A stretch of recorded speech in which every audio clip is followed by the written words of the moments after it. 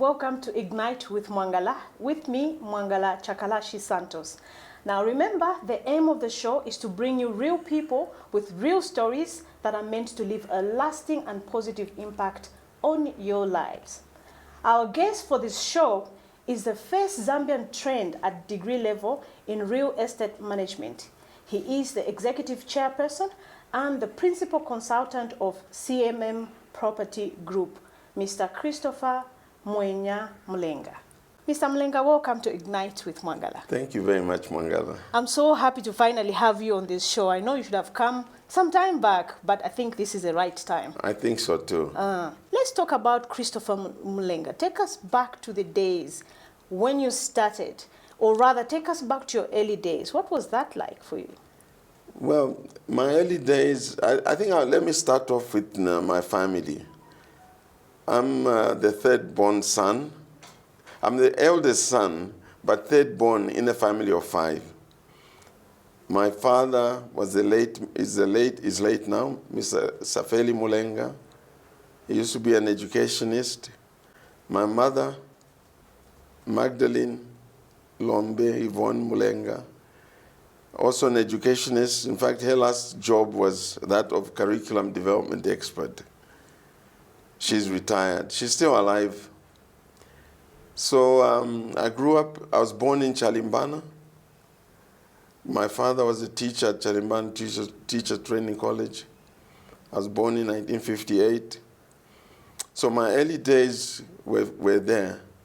And then when my parents, after independence, were sponsored to go and train in England, my father went to Scotland, Jordan Hill College in Glasgow. My mother trained home economics, city and guilds in Leeds. Now, the 2 years when they were away, we lived in a township called Chifubu, if you know Ndola. I was in Ndola. So for 2 years, I was in Chifubu with my grandmother, with my siblings. And those were very interesting days, but that's a story for another day. You know, but from there, when my parents came back from England, we moved to Luansha, where they got jobs. And I started my primary school at a fee-paying school called Harrison, or rather continued, because I'd already done sub A and sub B at what they called vernacular schools in Chifubu. St. Bonaventure, that was my first school, where I did sub A and sub B. And surprisingly enough, what I learned in sub A and sub B was enough to learn how to read Bemba. Well, how old were you when you're doing sub A and sub B? I think I must have been about 7, 8 years old. They taught you A, E, I, O, U. Ma, me, mi, mo, mutate, ti, to, tu. So they walked you through all those vowels, and then you learned how to read Bemba. So just sub A and sub B, I learned how to read Bemba. Then when my parents came, we were taken to a fee-paying school called the Harrison Primary School in Luansha. Now, it was a very different change. You've been learning in vernacular languages. Now you're taken to a fee-paying school, and you're one of the few black pupils there. There was a bit of rejection from the white kids. They didn't like blacks now beginning to enter their space, so they thought, what's happening now? So what's happening now, these black people? So we were not well received initially. But eventually, because of my sporting, I was good at athletics, I was good at rugby, soccer, cricket. Because I was outstanding, these white kids wanted me to be on their team when you take sides. So that's when now I started gaining acceptance. And then, of course, by the time we got to grade 6, where I'd already excelled into the A stream, and I was more conversant learning in English and talking English. And in fact, notably, in grade 6, there were only 4 black African pupils. There was one girl, a very, very intelligent girl, one, Judith Chirwa. I remember her name. Yeah, I remember her. Very intelligent. She's a businesswoman now. And then there were the 3 of us, myself, and then there was Mabin Simfukwe. Mabin is a specialist medical doctor in the States. He's in Texas.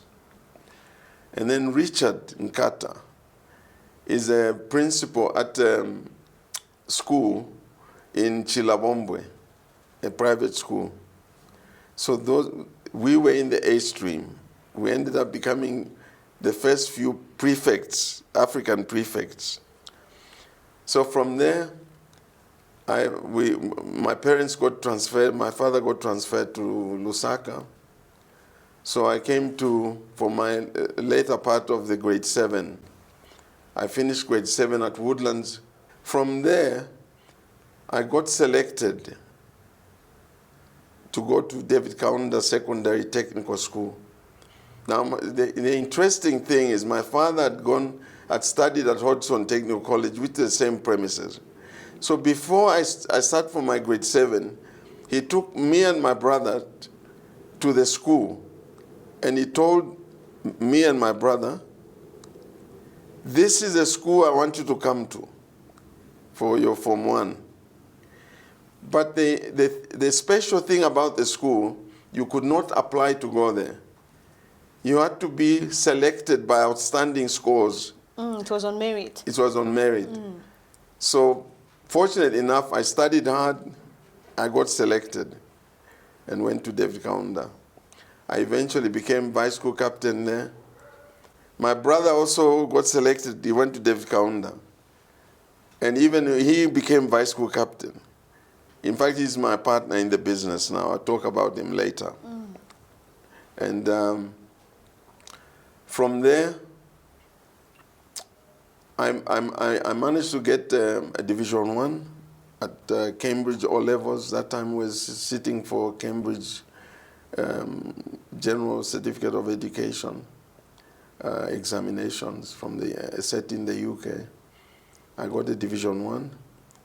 I got accepted to go to University of Zambia. We were supposed to be the first intake to study architecture. So I was accepted to go and study architecture at University of Zambia.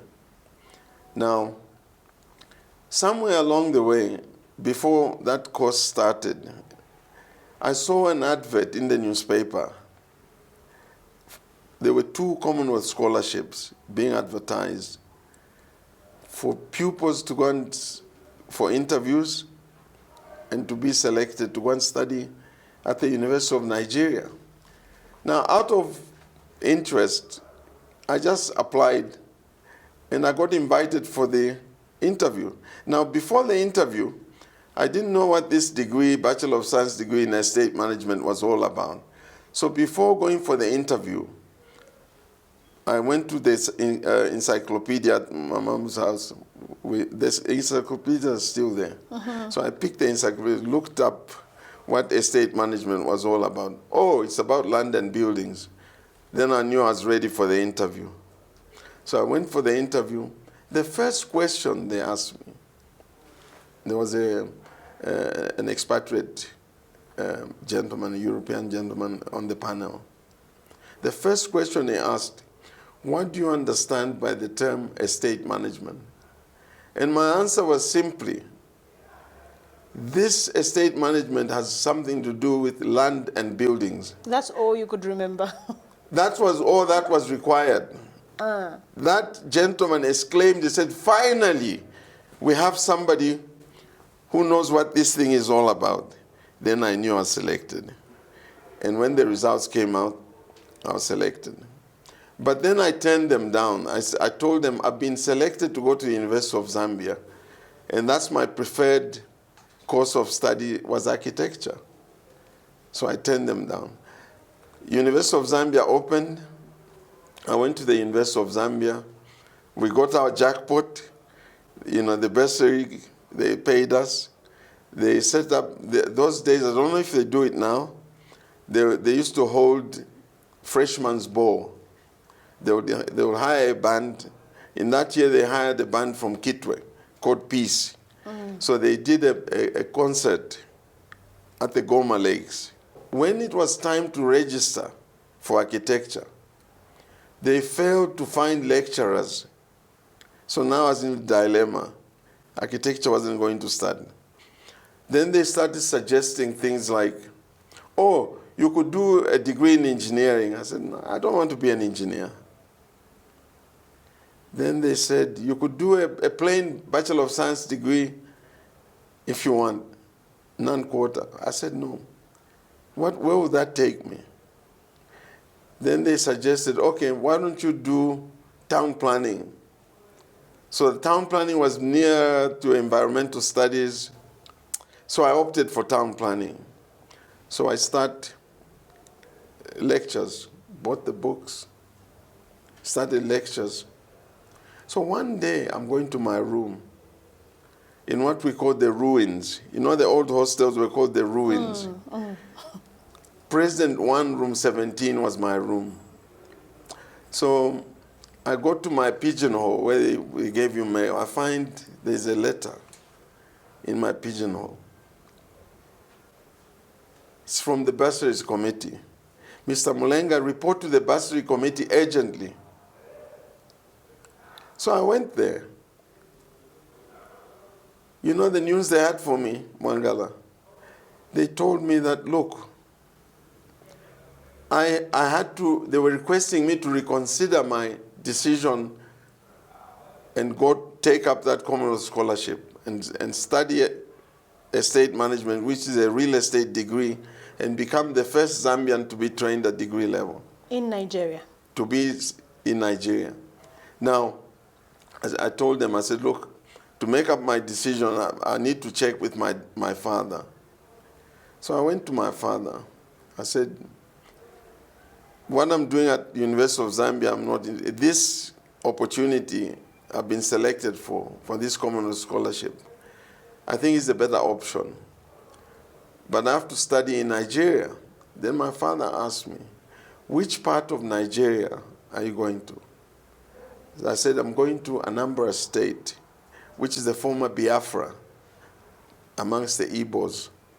Now, that was very significant at the time because Zambia, when Nigeria had a civil war between the Igbos and the rest of the country, Dr. Kaunda in Zambia sided with Biafra, the place I'm going to. So we were funding that civil war, sending them Salaula, and they had never forgotten that. So it was like home for you? Yeah, so my father said, if it was any other part of Nigeria, I wasn't going to allow you. But since it's Biafra, you're going to the Igbos, Igbo land, and we sided with them, you're going to be welcome. That's how he allowed me to go. And within a week, I was in Nigeria. Brilliant. I want you to hold that thought. When we come back, I'd like you to talk about your university days in Nigeria. We take a short break. When we come back, we continue talking to Mr. Christopher Mulenga. Don't go away. May we use these trying moments to rise to something that's important. Take life not for granted. Tell someone that you love them. If any of you have any COVID-19 symptoms, which are a fever of above 38 degrees Celsius, a cough, difficulty in breathing, shortness of breath, or chest pains, please do not hesitate to call 909 or 0974 49 35 53, and medical assistance will come your way. We hope for the better and leave everything in the hands of God. Together, we can combat COVID-19. Please stay at home for me. I stayed at work for you. Be that change. Please do your best to stay at home. If you must leave your home, please remember to mask up. Keep social distancing of at least 1 meter and wash your hands often with soap and running water or any alcohol-based hand sanitizer. Welcome back. If you're joining us now, I am talking to Mr. Christopher Mulenga, who is the executive chairperson of CMM Property Group. Now, before we went on break, you talked about going to Nigeria for your university. What was that like? It was very, very interesting. We arrived in Nigeria, and the first thing that hit us was the weather. It's very humid there.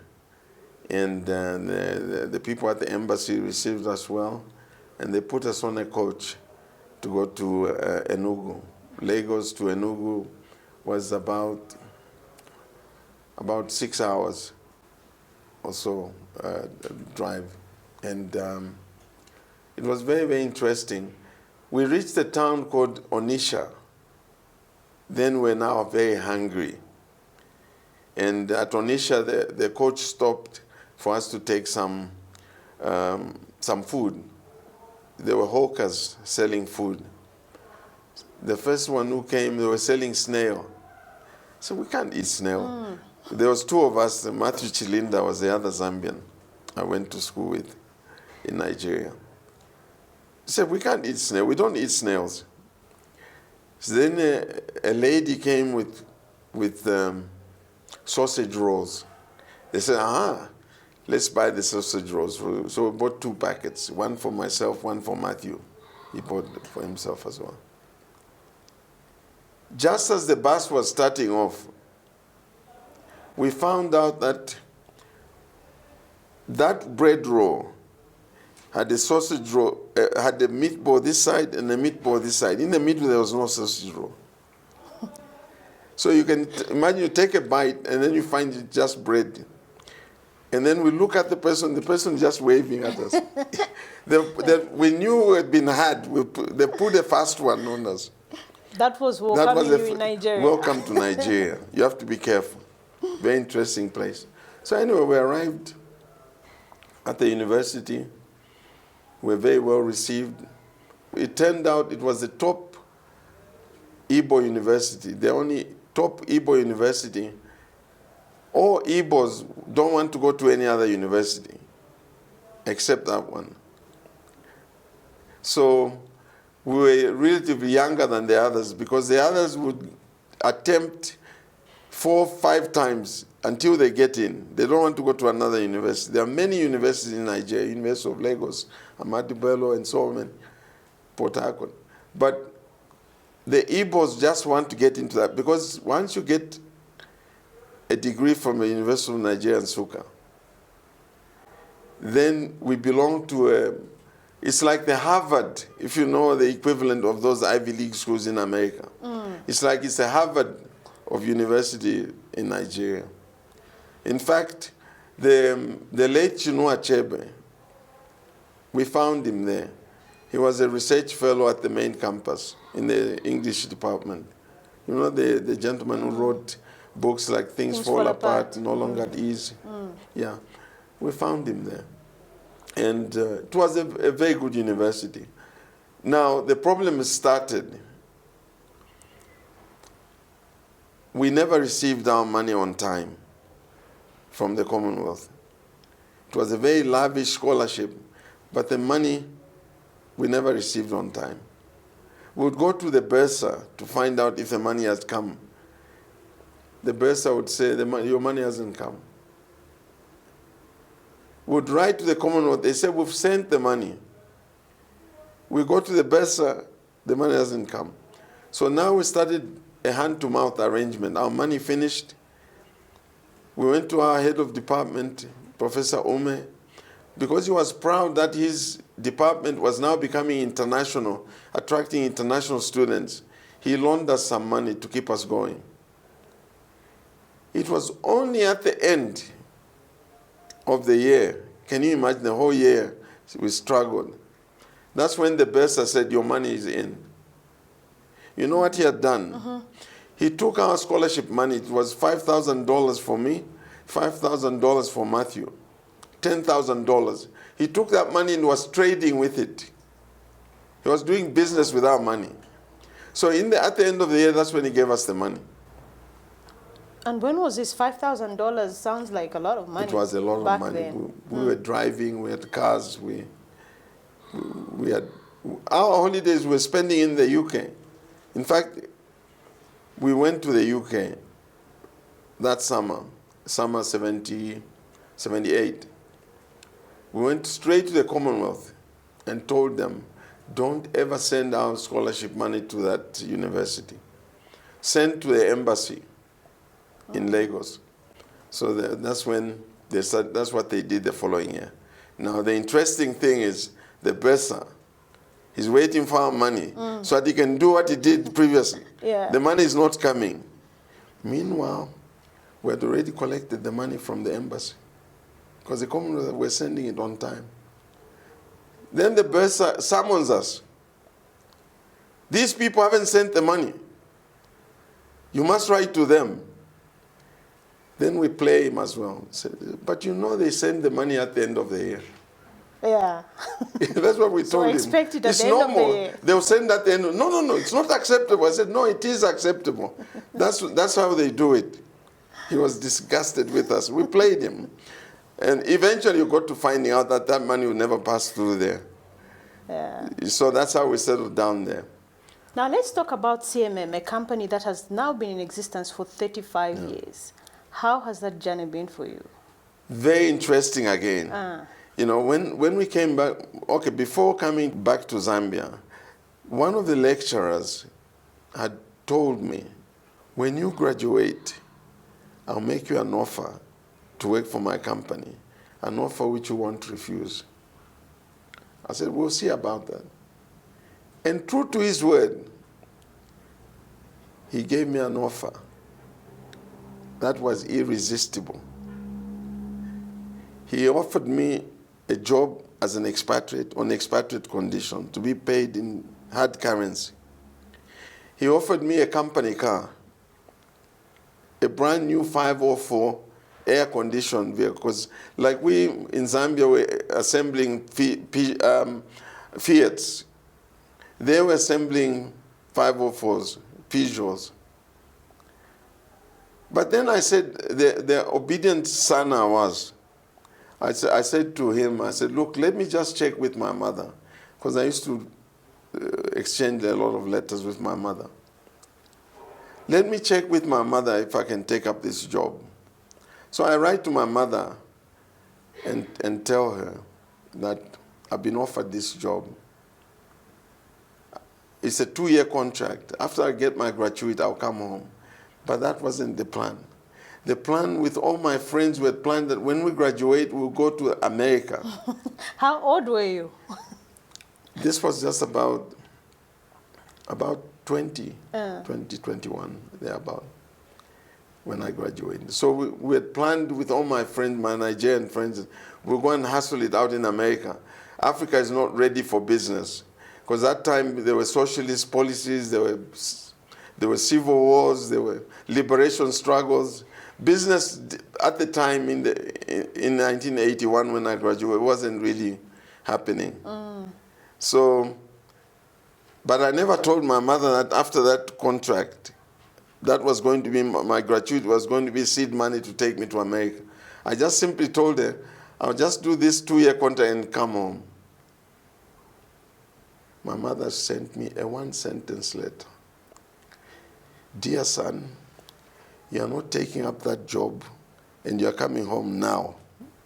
Love, Mom. So when I told Mark Odo, I said, Mark, my mother has missed me. She's told me not to Take up the job. take up the job.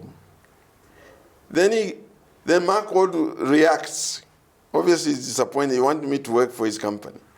He says, that's just a woman talking. He says, what? Mark, that's my mother. She's no ordinary woman. That is my mother. But to strike a compromise with Mark Odo, I told him, I said, well, she just basically wants to see me. I've been away for 4 years. When I go home after a year or two, I can come back and join you. That's the compromise we struck up. So I come back to Zambia, the first Zambian trained at degree level. The first point of call for a job was supposed to be that government valuation department. It's the government who facilitated those scholarships. They came through the bursaries committee. So we thought, since they only have mostly expatriates working in the government valuation department, they might want, now that they've got Zambians trained at degree level, we might get jobs. Mwangala, when I got there, because Matthew got a job with National Housing Authority. When I got there, they said, what qualification do you have? The guy who was interviewing me. I told him, I've got a degree in estate management. Now, they didn't understand that estate management was just a real estate degree. When he had management, he chased me. You are too young. You want to be a manager here? I said, no. I'll just be working in the valuation department. No. Chased. I couldn't get that job. So now I'm shocked. In Nigeria, where they have many graduates, I got that expatriate job. Now I come here, I'm struggling to find a job. Then I said, I'll go to the building society, because I'd done a stint with them one holiday. They had 2 Sri Lankan diploma holders as valuers, expatriates. So now me going there with a degree, I thought, maybe I'll get in easy. The gentleman who was heading the real estate department was a Zambian, but not a valuer, not a trained valuer.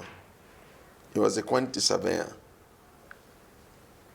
But because of Zambianization, that was the closest qualification to valuation. So they made him head of the real estate department. So I went to him, I said, why don't you offer me a job? No, we've got these expatriate valuers. I said, I know, but you see, I'll cost you less, because I'll be on local conditions of service.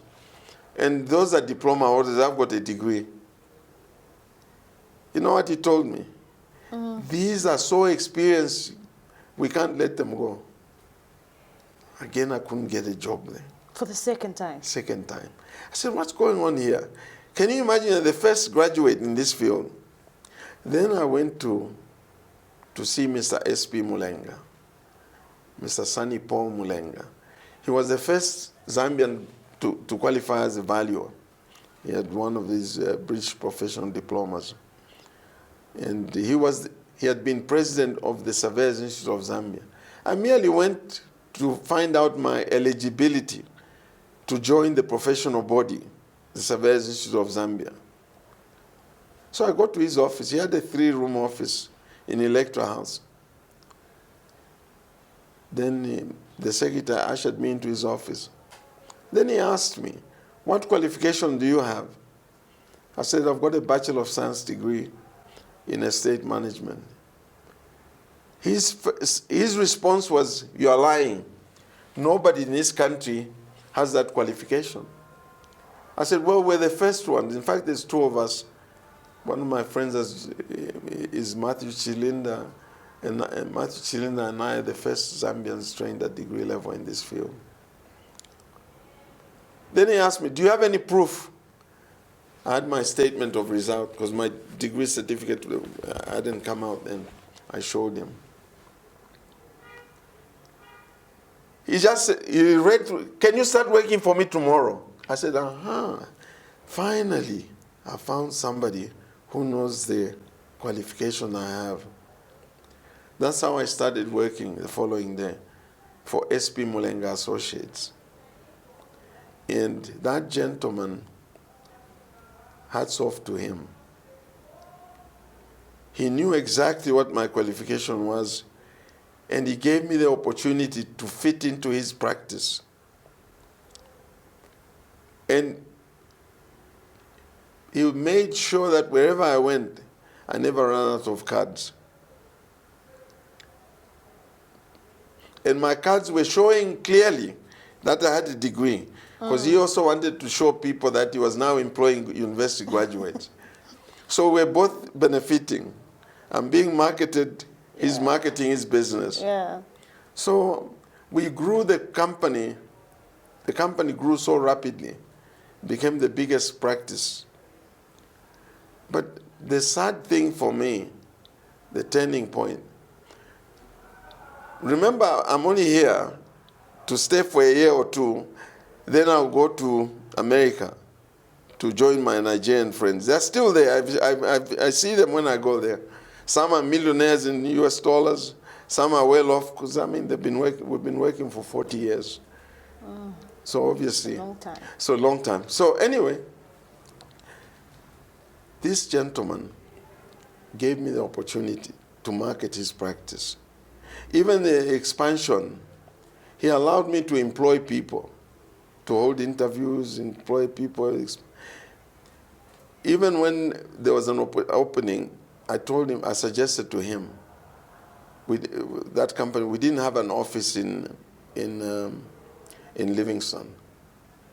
I suggested to him, why don't we open up an office in Livingston? Then he says, no, there's no money for that expansion. So I said, okay, why don't I go with my 127? Because the car now I started off here was a 7-year-old 127. Can you imagine from a brand new Peugeot air conditioner? Now I was driving what they call the shopping basket. 7 years old, but it was well maintained, Mangala. That went places. I even went with it to Harare once. Wow. You know. Is it an equivalent to a Vitz now? I would say so, yeah. The way the Vitz are, yeah. Yeah. So anyway, I went and opened up an office there. I convinced him that let me just go with my car and my desk. He says, okay, go. So I arrived in Livingston, set up the business, and 6 months later when he came to check on it, he found money. I'd made money. Because we were the only ones then. The very same opportunity I was telling him about. So anyway, sadly, just after 1 year of working, my father died in a car crash. Now that's where the turning point came. My father had told me, as the eldest son, one day when I'm gone and I'm dead, you're going to look after the family, extended family. You're going to look after everybody. Wow. So now, I didn't think it would go so early.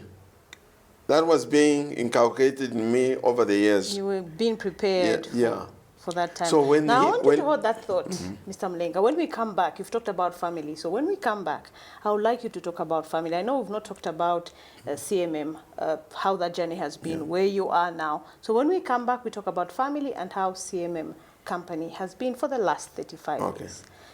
Don't go away. When we come back, we continue talking to Mr. Christopher Mulenga.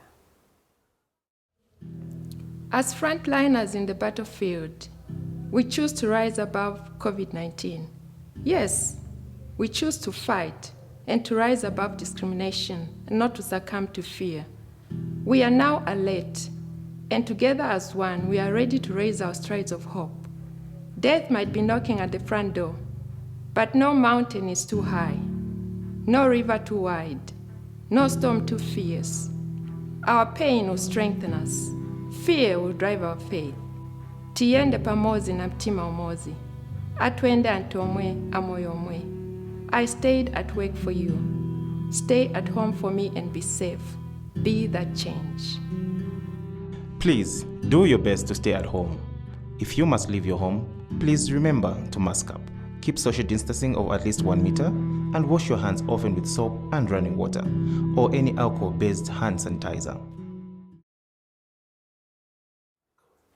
Welcome back. If you're joining us now, I am talking to Mr. Christopher Mulenga, who is the CMM executive and proprietor of CMM Property Group. Now, you go to Livingstone, you set up that business for Mr. SP Mulenga, you make a lot of money. What happens next? What happened next is, because my father died tragically in a car crash in 1982, 9th May 1982. And I'd just been working for a year. And then my father had prepared me psychologically to take responsibility when he passes on. Like I said earlier, I didn't think he would go so soon. But what that did for me, all my plans of joining my friends in America were now shelved because of the responsibility he had given me to do. So now I had to make it here. In 1985, I decided to set up CMM Property Consultant. In fact, it was called CM Mulenga Property Consultants. But because there was SP Mulenga, there was a confusion between the two. So I had to abbreviate mine to CMM. Now, it was interesting when I started the business, when I set up my company, I was 26 years old. I wasn't even married, but I had a fiancée. The same lady I eventually married. So I started marketing myself. And what was striking about the business environment at the time, 80 to 90% of the businesses were government-owned. They were parastatals. So it was very rare to find a young person owning a business in the private sector, because the good jobs were in parastatals. That's where you got company cars, houses with swimming pools, and so on if you're a senior. So when I set up my company and I started marketing, trying to get business, they said, but you're too young to own a business. You're not even married. I said, but I've got a fiancé. They said, it's not the same, you're not married. So what did I do? I quickly married. So you married because of the business? No, I was in love also. I like that. But then the business also had to fulfill I had to have the correct image to do business. And since I'd already found somebody I wanted to spend the rest of my life with, I decided I might as well marry her. Because my father was a very, very strict dad. When I came back from university, that phone at home was ringing. All these girls were calling me. Mangala, I used to be good looking once upon a time. So they were calling me. So my father said, no, this is not acceptable. You can't have many girls call you. You have to find one. And then he said to me, I've got a friend of mine in Mansa. He's got beautiful daughters, I think. We can arrange one. I said, no, Dad. You wanted to find your I'll own. find on my own. So we strike a deal. He lends me his car every weekend so that I can go to parties. And he's now the one grounded. Friday, Saturdays, it's my turn. To go and find your queen. So finally, I met this lady. He had actually given me 3 months to find a wife to marry. I didn't have to marry her, just to find somebody I would eventually marry. Then I negotiated with him, no, 3 months is too short. Then he extended it to 6 months. So I had 6 months. So when I met my wife, Doreen, she was at university. The introduction was very dramatic and simple. Because my friend, she came highly recommended by a friend, my best friend, Evans Makosa. So I said, where is her room? This girl you were talking about. He told me, he said, you're wasting your time, she'll turn you down. She's turning down everybody. I said, that's the one I want. So eventually, so I went to her room and knocked on the door, and she answered. I didn't know it was her. I didn't know what she looked like. So I said, I'm looking for a girl called Doreen. Then she says, I'm the one. I was pleasantly surprised because she was nice hair and good looking, very beautiful. Then I went straight into, you come highly recommended by my friend, my best friend. I only have less than 6 months to find a woman to marry. And you come highly recommended. She burst out laughing. So that's how I broke the ice. I kept on visiting her. Then my father said, are you making progress? Have you found someone? I said, yes. Then I mentioned who it was. He said, oh, I know the father. The father was my student at Chalimbana. So I went and told her. Then she says, she questions me. How come how old is your father to have taught my father? Then I said, I don't know. You go and ask your father. When she went and asked her father, the father was very happy. He liked the family. After that, Mwangala, it was nice. She was receiving me nicely. So anyway, so I married her quickly and started wearing my wedding band and marketing for business. Then everybody in the parastatal world was saying, yes, now you're grown up, we can give you business. At least you're married now. But it all happened very quickly. I started playing golf. I joined Rotary. And business happened very quickly. My marketing strategy was very, very strong. And within 6 months, started doing the big jobs. And CMM company started off with a 2-room office in Findico House. After 6 months, we did a big job for Zambia State Insurance.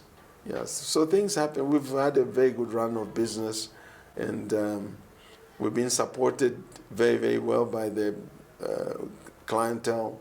And this is why this year, since we've clocked up 35 years of doing business, we thought we'd do something special to thank our clients. So we've got some activities like a corporate golf day for the golfers at Bonanza.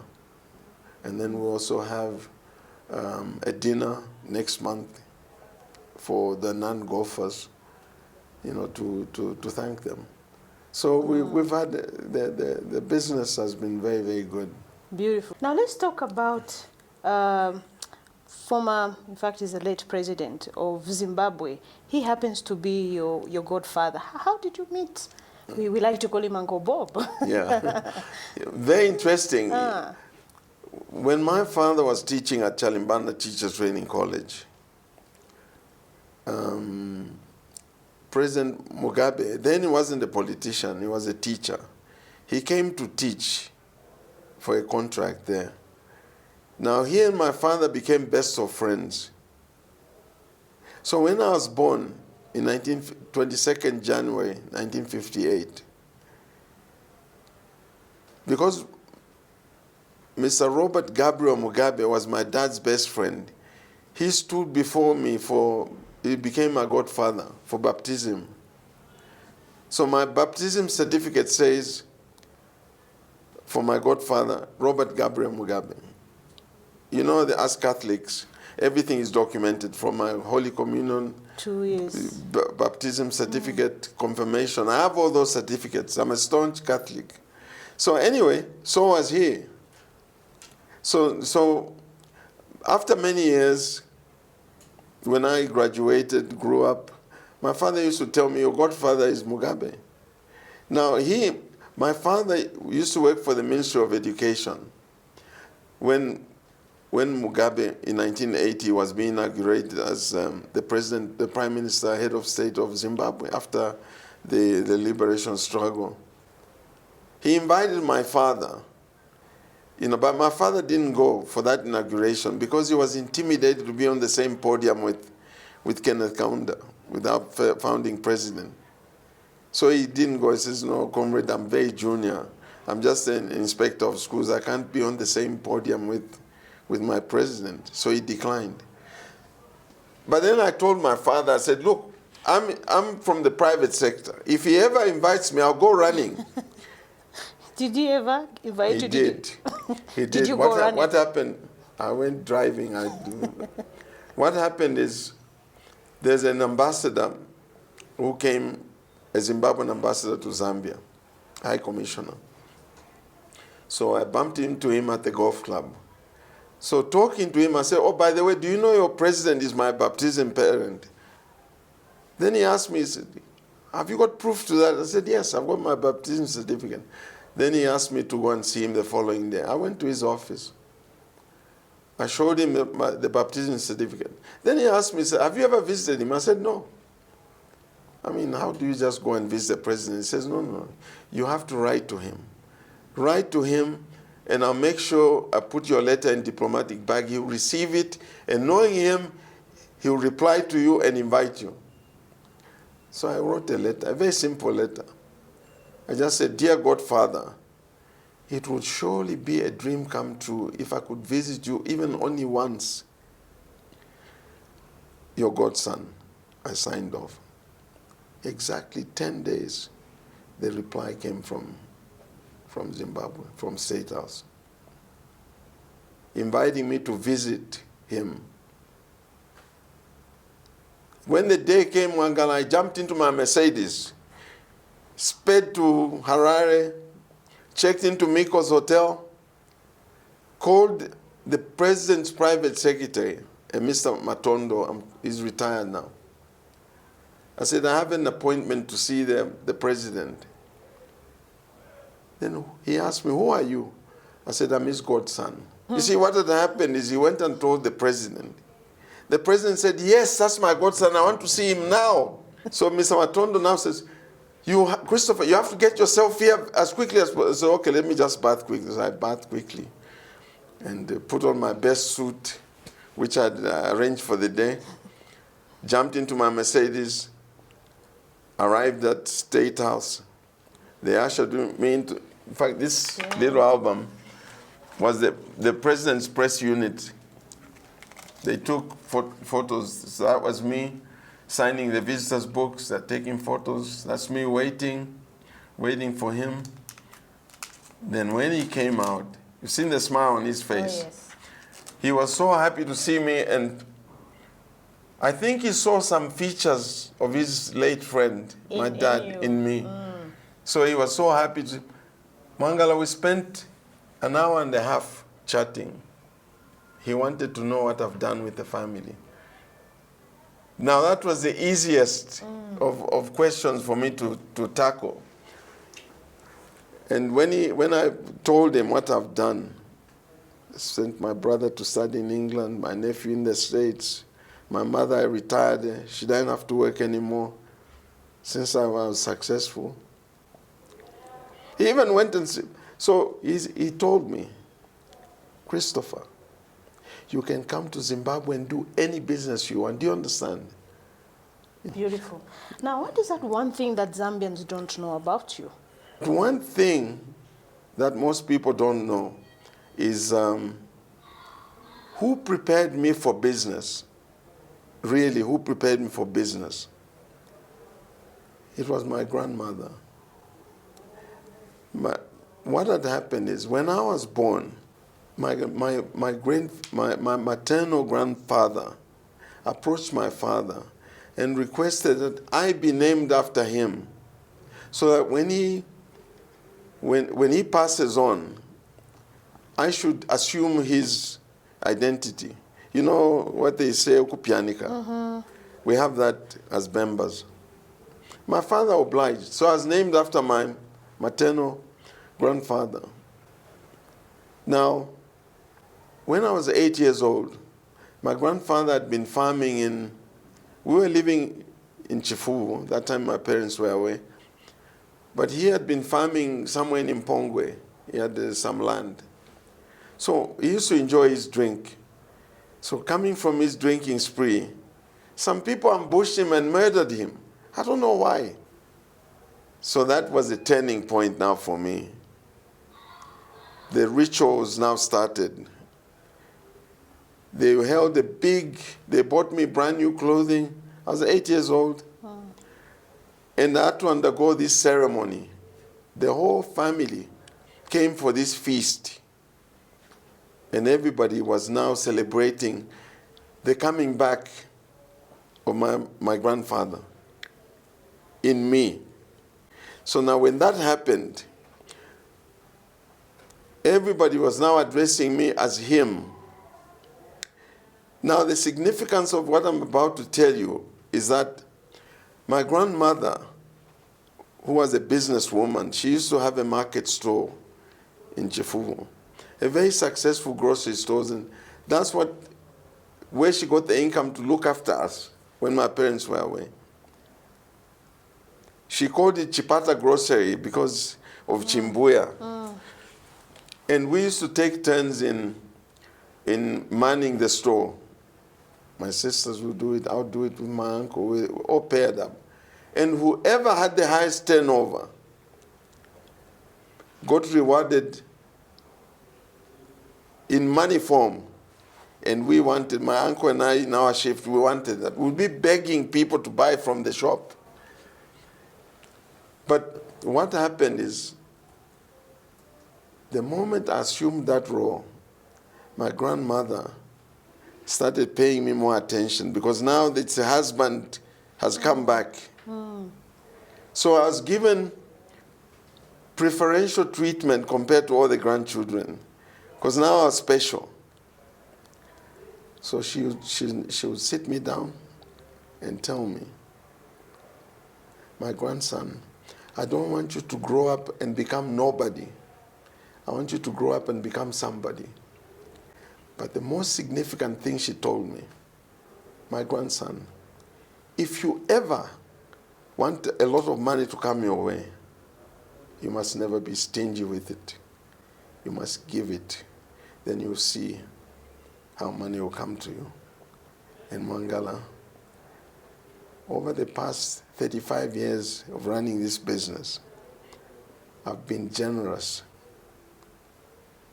Wow. I've been generous. And money just comes. Sometimes I'll meet somebody on the street. I've only got 100 kwacha in my wallet. It's a beggar or a cripple, a blind person. I'll take that 100 kwacha and give it. And you know what they tell me? God bless you. Are you telling me God's blessings are only worth 100 kwacha? You give, that's too much. Yeah. And fortunate enough, when my grandmother, before she died, I told her, I said, grandmother, all the success I have is because of you. You taught me business. Powerful. If you're on your deathbed and you're given a second chance to live, what would you do differently? I think the most important thing that I nearly missed out on, because I got so busy, as you could imagine, the business grew so fast.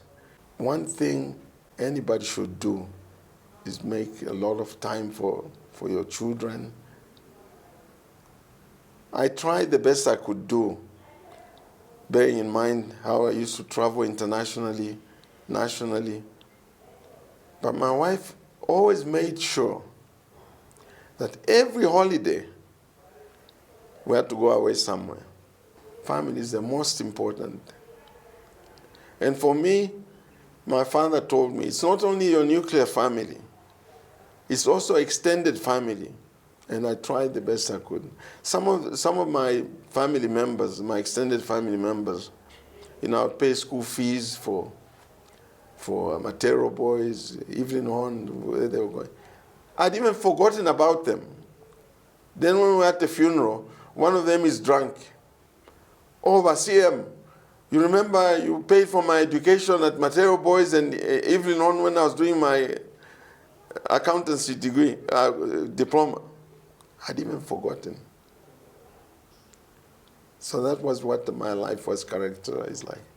But now my family members tell me, you've done it. You don't owe anybody.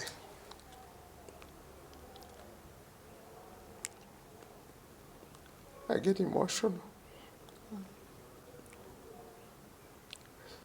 So now, what I get to doing is charity work.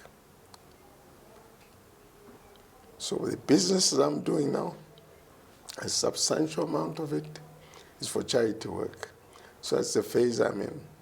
Now, as CMM, the company is 35 years old. We've now started expansion out of Zambia. And the first office we're opening up is in Atlanta, and I'm going next month to set it up. Then we'll start the rollout of offices in Africa, South Africa, Botswana, Namibia, Botswana. Nigeria, already plans in setting up there. My friends there, they're waiting for me. We have to hit that market. It's a big market. In any case, that's where I got my business acumen from. So it's time to give back. Wherever we open up an office, whatever business we do there, a percentage of the profits are for charity work. And the foundation that I've set up is called the Safeli Mutale Mulenga Foundation. It's not in my name. It's not important for me. I honored my father. Wow, that's so powerful. Well, now we know who Mr. Christopher Mulenga is. Obviously, there's so many people that are watching now. What message do you have for them?